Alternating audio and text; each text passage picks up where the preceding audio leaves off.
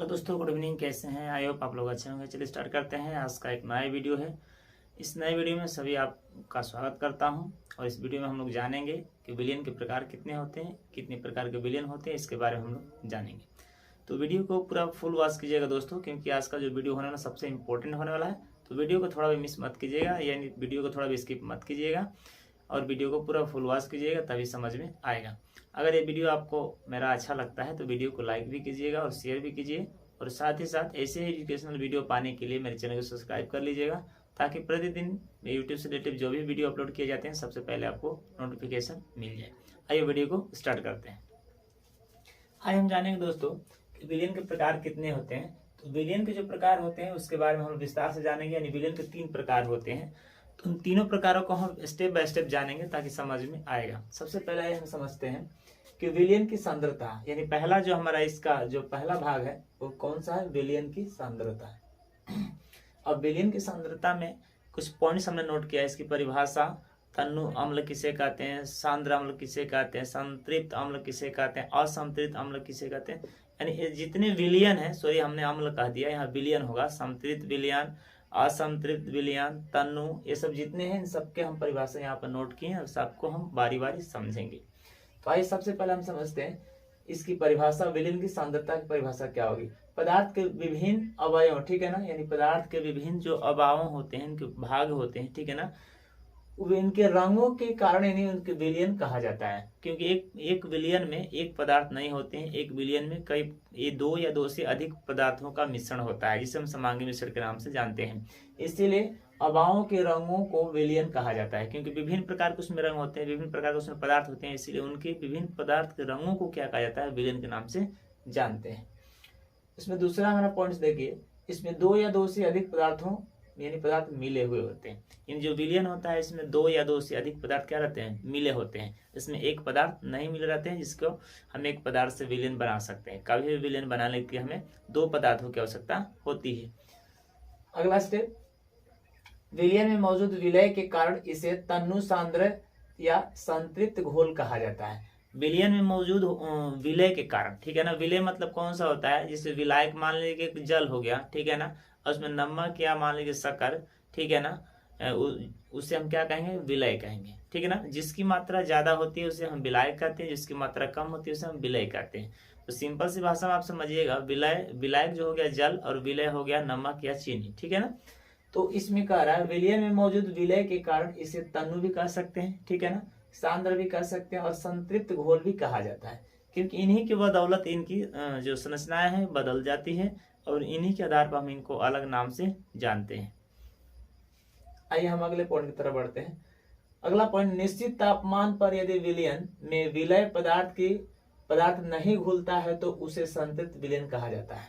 अगर निश्चित ताप हम उसको देते हैं, अगर निश्चित ताप में, ठीक है ना, यदि विलियन में विलय जो मिला हुआ है, जैसे जल है, उस जल में जो विलियन है, विलियन में जल और नमक दोनों मिले हैं, अगर वह नहीं घोलता है, उसमें विलय उसमें मिक्सचर नहीं हो पाता है, तो उसे हम क्या कहेंगे? संतृप्त विलियन के नाम से जानते हैं।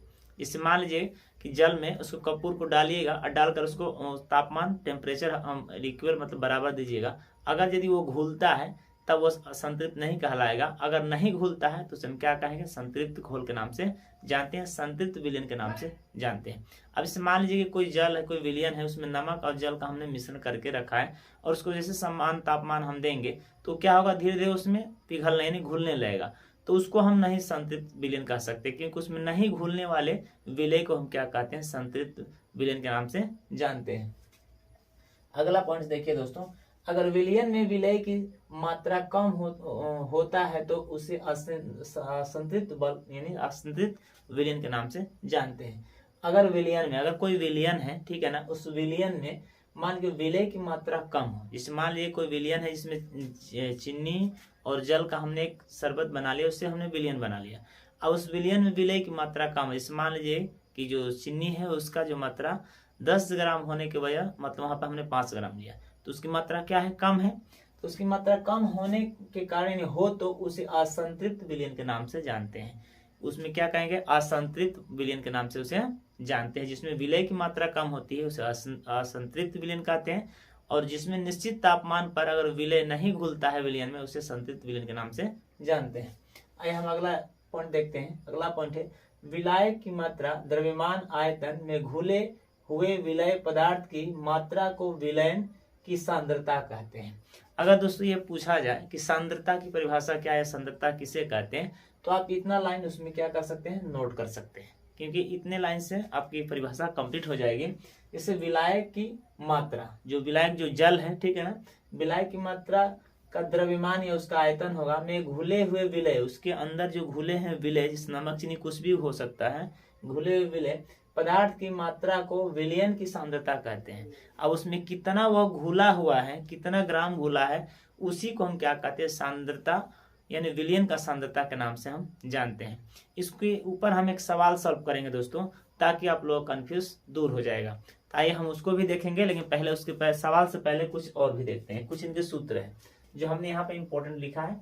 इसके सांद्रता का सूत्र क्या होता है, इसको 3 पार्ट्स में डिवाइड किया है, ठीक है ना। इन तीनों सूत्रों को हमको याद रखना होगा, तभी जाकर के हम सवाल सॉल्व कर सकते हैं। देखिए पहले सूत्र क्या कहता है, विलय पदार्थ का द्रव्यमान होगा और वटा में क्या होगा, विलयन का द्रव्यमान होगा, इनटू में क्या होगा, 100 हो जाएगा, ठीक है ना। तो ये पहला सूत्र हो गया। ये दोनों तीनों सूत्र एक दूसरे से मिलते जुलते हैं, बस आप लोग ध्यान दीजिएगा, बाकी याद करने में कोई कठिनाई नहीं होगी। विलय पदार्थ का द्रव्यमान, ठीक है, अपान विलयन का द्रव्यमान। आप दूसरे सूत्र में देखिए, विलय पदार्थ का द्रव्यमान सेम है, पहले वाला दूसरा वाला सेम, अपान में विलयन का आयतन। यहाँ पर विलयन का क्या था, द्रव्यमान, यहाँ विलयन का क्या होगा, आयतन, और बाकी इंटू में तो 100 रहेगा ही। 3 नंबर पे सूत्र देखिए, विलय का आयतन और विलयन का आयतन बराबर इंटू 100 रहेगा। तो उम्मीद करता हूँ ये तीनों पॉइंट्स आपको समझ में आ गए। तीनों सूत्र हैं दोस्तों, अगर ये तीनों सूत्र आप याद रखते हैं तो सवाल इसमें बनाने के लिए आपको थोड़ा भी दिक्कत नहीं होगा। तो इस कंफ्यूज को हम और अच्छा से दूर करते हैं और अच्छा समझते हैं इस बात को, और इसको हम क्या करेंगे, एक सवाल के हिसाब से इसको हम समझते हैं। एक हम सवाल लेते हैं और सवाल के हिसाब से हम समझेंगे। तो इसको हम थोड़ा हटा देते हैं, और हटाने के साथ इसको हम क्या करेंगे, फिर से जरूरत पड़ेगा तो हम इसको नोट करेंगे, क्योंकि अभी हम सवाल इस पर एक सॉल्व करेंगे। तो सवाल सॉल्व करने के लिए जगह चाहिए, और वैसे भी थोड़ा हमारा ये बोर्ड छोटा है, इसीलिए थोड़ा दिक्कत होता है, इसलिए हम इसको हटा दें। चलिए हम इसको एक सवाल लेते हैं। इस मान लीजिए एक विलियन के, ठीक है ना, एक विलियन,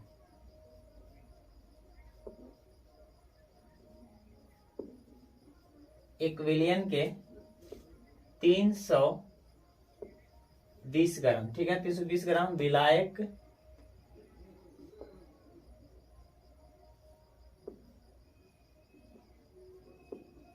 जल में 40 ग्राम, जल में 40 ग्राम साधारण नमक,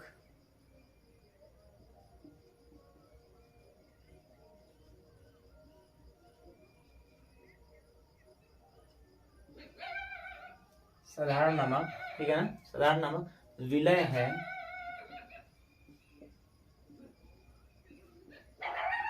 विलय है, विलयन में सांद्रता की परिकल्पना की है। अब इस विलयन में कह रहा है, विलयन में सांद्रता, ठीक है ना, सांद्रता की परिकल्पना की है,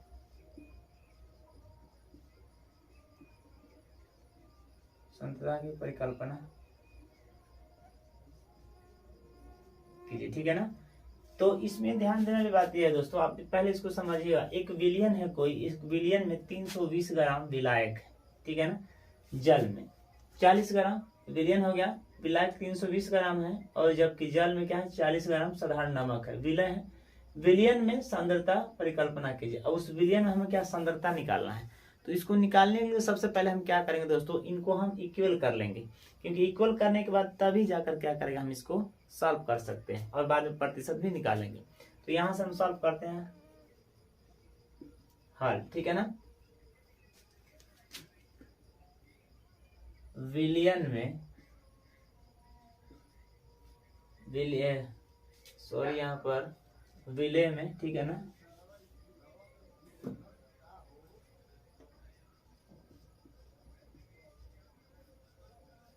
विलय में पदार्थ या नमक, पदार्थ या नमक का द्रव्यमान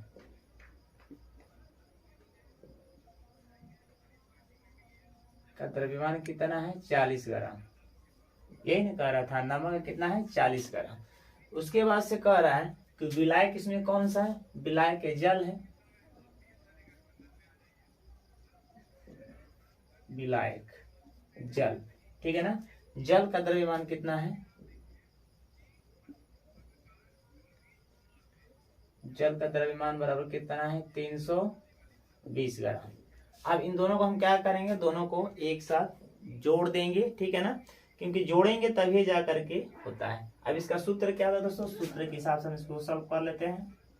सूत्र हमारा कहता है कि विलयन का द्रव्यमान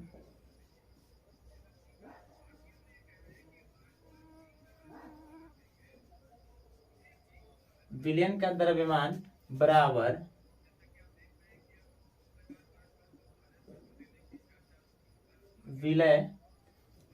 विलय पदार्थ का द्रव्यमान, विलय पदार्थ का द्रव्यमान प्लस विलायक का द्रव्यमान।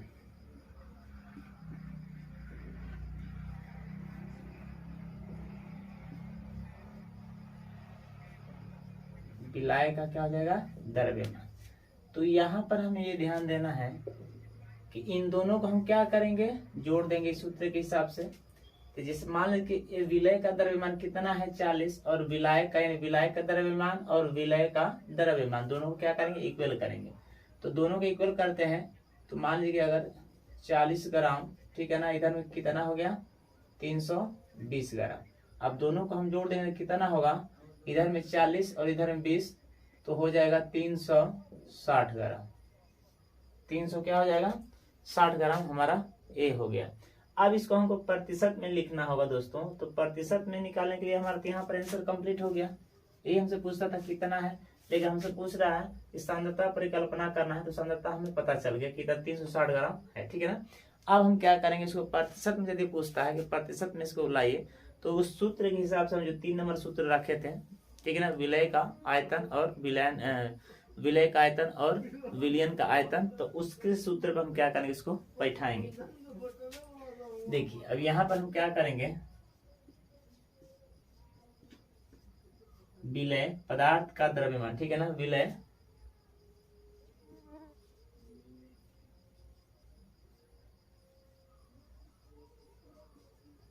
पदार्थ का द्रव्यमान, और इधर हो जाएगा विलयन, ठीक है ना, विलयन का द्रव्यमान।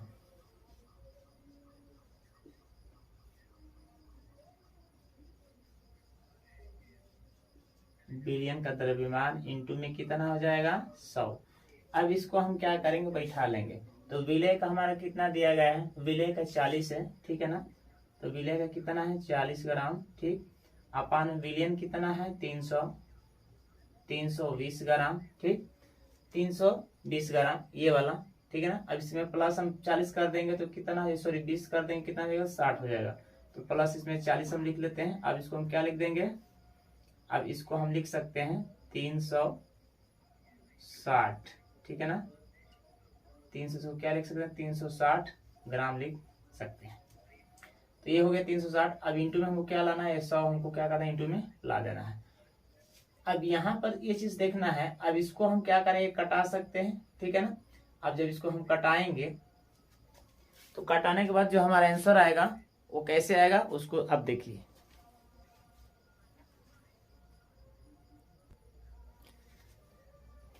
तो दोस्तों इसको देखिए हम कैसे कटाएंगे। यहाँ से हम क्या करें, एक शून्य को शून्य काट देंगे, यहाँ से एक काट देंगे, इधर बच गया कितना 36 और इधर बच गया 40 और इधर इंटू 10। इसमें कराएंगे तो आपका हो जाएगा इधर में 400, इतना हो गया 400 और अपान में 36। अब जब इसमें कटाएंगे डिवाइड करेंगे तो इसका आंसर आ जाएगा 11.1। ये हमारा क्या हो जाएगा, आंसर हो जाएगा, ठीक है ना। जब इसको कटाएंगे तो ये बार बार रिपीट करते रहेगा, ठीक है ना, ये प्रक्रिया रिपीट करते रहेगी। तो 11.1 हम इसका क्या करेंगे, आंसर हम इसका नोट कर देंगे। और जो हमारा प्रतिशत लगा है उसमें हम क्या करेंगे, यहाँ पर प्रतिशत नोट कर देंगे। तो ये हमारा आंसर हो जाएगा। तो उम्मीद करता हूँ दोस्तों यह पूरा टॉपिक आपको समझ में आया होगा, और जो प्रश्न हम जो सॉल्व किए हैं आपके एनसीईआरटी बुक का ही है, तो ये चीज़ आपको समझ में आया होगा। आइए हम इसके अब विलियन के प्रकार के अगले भाग में चलते हैं।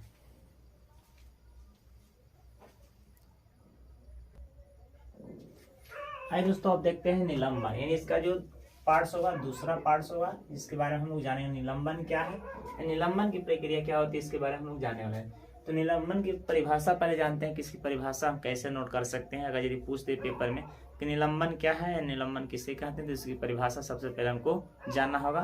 तो आइए जानते हैं इसकी परिभाषा। विषमांगी घोल में जो ठोस द्रव्य में परिक्षेपित हो जाते हैं उसे निलंबन कहते हैं। अब परिक्षेपित का मतलब क्या होता है ये भी हम बताएंगे, ठीक है ना। अब ये समझिएगा, कोई भी विषमांगी घोल में जो ठोस द्रव्य में परिक्षेपित हो जाते हैं उसे निलंबन कहते हैं। अब विषमांगी आप लोग जानते ही हैं और समांगी भी जानते हैं किसे कहा जाता है, ठीक है ना। दूसरा पॉइंट देखिए, ये निलंबित कण आंखों से देखे जा सकते हैं, यानी कहने का मतलब ये जितने कण होंगे इनको हम क्या कर सकते हैं, आंखों से हम देख सकते हैं। अब कैसे हम देखेंगे, अब यहाँ पर समझिए। जैसे यहाँ पर मान लीजिए कि कोई एक गिलास है, इस गिलास में हम क्या करेंगे, एक इसमें से हम जल भर लेते हैं, ठीक है ना। इसमें क्या है, जल है।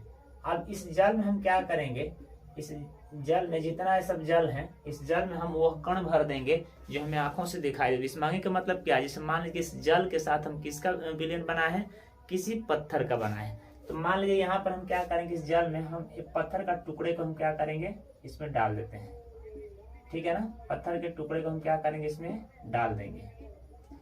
अब इसमें हमने डाल दिया, डाल के इसको क्या करते हैं, विलयन बना दिया। अब यहाँ पर एक चीज देखिएगा दोस्तों कि जब इसको हम विलयन बना रहे हैं, इसको जब घोल कर रहे हैं तो पूरे कण चारों तरफ घूम रहे हैं, और जब इसको हम क्या करेंगे, शांत छोड़ देते हैं तो ये कण नीचे की तरफ क्या करेंगे, बैठ जाते हैं। यह प्रक्रिया उसमें भी होती है जब हम नमक और जल का घोल बनाते हैं। तो जब नमक और जल का घोल बनाते हैं दोस्तों, तो देखिएगा उसमें क्या होता है कि जब उसको हम जैसे घोल बना लेते हैं और उसको बनाने के बाद जब बना लेते हैं तो पूरा ठीक लगता है, यानी पूरा मिल जाता है। और जैसे ही जब उसको हम कुछ देर तक शांत छोड़ देते हैं तो उसके कुछ नीचे स्थल, यानी जो नीचे वाला तल होता है ग्लास का, उस तल में कुछ कण आपको दिखाई देते हैं। उस कण को आप आंखों से स्पष्ट देख सकते हैं, उसी को हम निलंबन के नाम से जानते हैं। वही परिक्षेपित हो जाता है, वो उसमें घुल नहीं पाता है, उससे हम क्या कहते हैं, निलंबन कहते हैं। ठीक इसी प्रकार ये क्या होता है कि ये कण जो होते हैं आपको इस जल में घुलने के तो घुल जाते हैं, लेकिन कुछ देर शांत छोड़ देंगे तो फिर नीचे की तरफ वो बैठ जाते हैं और वो कण आपकी आंखों से स्पष्ट दिखाई देने लगते हैं, उसे निलंबन कहते हैं। तो उम्मीद करता हूं दोस्तों कि चीज आप समझ गए होंगे, ठीक है। आइए इसके हम गुण धर्म के बारे में जानते हैं कि इसका गुण क्या होता है। तो सबसे पहले इसका पहला पॉइंट देखिए, विषमांगी मिश्रण है। विषमांगी मिश्रण का मतलब ऐसा जो जल के साथ उसका मिक्सचर ना हो पाए, ठीक है ना, उसे विषमांगी कहते हैं। अब दूसरे में देखिएगा, कण आंखों से देखे जा सकते हैं। अभी हम लोग यहाँ पर देखेंगे इसके कण आंखों से क्या होते हैं, दिखाई देते हैं। तीसरा जो हमारा है, इसमें निलंबित कण प्रकाश को फैलाते हैं। इसके जो कण होते हैं प्रकाश को क्या करते हैं, फैलाते हैं और उसके मार्ग को दृष्टिगोचर करते हैं, उस मार्ग को भी दर्शाते हैं। जिससे इसके इस चीज को हम थोड़ा आगे जानेंगे कि मतलब किस प्रकार वो मार्ग को दर्शाते हैं। बशर्ते अभी इस समय इतना ही जानिएगा कि इसके जो कण होते हैं प्रकाश को क्या करते हैं, फैलाते हैं। अब थोड़ा सा ये हम बता देते हैं। जैसे मान लीजिए कि जब कोई रूम में प्रकाश की जब किरणें आती हैं तो उसमें आपको छोटे छोटे कण दिखाई देते होंगे, तो वो हमारे आंखों से कण दिखाई देते हैं, लेकिन वो प्रकाश को रोकते नहीं, बल्कि प्रकाश को फैलने में ज्यादा क्या करते हैं, मदद करते हैं, ठीक है ना। अगला हमारा पॉइंट देखिए, जब इसे शांत छोड़ देते हैं तो नीचे की तरफ बैठ जाता है। जब इस विलयन को हम छोड़ देते हैं शांत, तो नीचे की तरफ इसके जो कण होते हैं क्या होते हैं, बैठ जाते हैं।